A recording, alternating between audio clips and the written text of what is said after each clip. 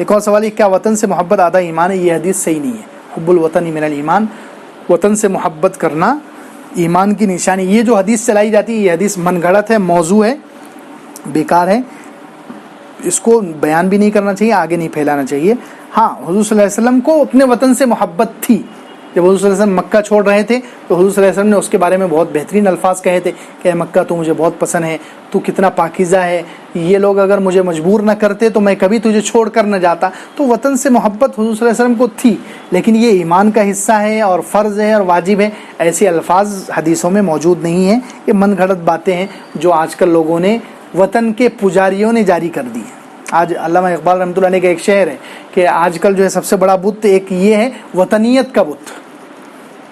یہ آج کل چڑھ پڑا وطن کو ہی لوگوں نے نعوذ باللہ خدا کے درجے میں پہنچا دیا. وطن کو اتنا بڑا بنا لیا کہ جو ہے اس کو ایمان کا حصہ اور پتہ نہیں کیا کیا کہہ رہے ہیں. حالانکہ علامہ اقبال رحمۃ اللہ علیہ کا ہی شعر ہے وہ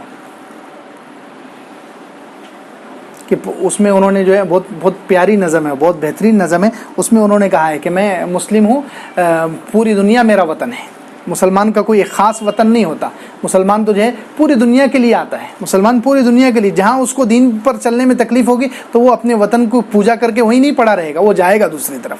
کیونکہ اللہ تعالیٰ نے قرآن میں کہا یا عبادی الذین آمنوا ان ارضی واسعۃ فایایا فاعبدون، اے میرے بندو میری زمین بہت چوڑی ہے لہٰذا تم میری ہی عبادت کرو. یعنی جہاں تم کو میری عبادت کرنے میں تکلیف آ رہی ہے تو وطن وطن وطن بول کر وہیں مر مت جاؤ، ہجرت کرو، تم نکلو وہاں سے. قرآن کہہ رہے ہیں، اللہ تعالیٰ کہہ رہے ہیں کہ اے میرے بندو میری زمین بہت چوڑی ہے، بہت وسیع ہے، تو تم میری ہی عبادت کرو. یعنی جہاں تم کو میری عبادت کرنے میں تکلیف ہے تو وطن وطن بول کر وہاں مت رہو، نکل جاؤ وہاں سے.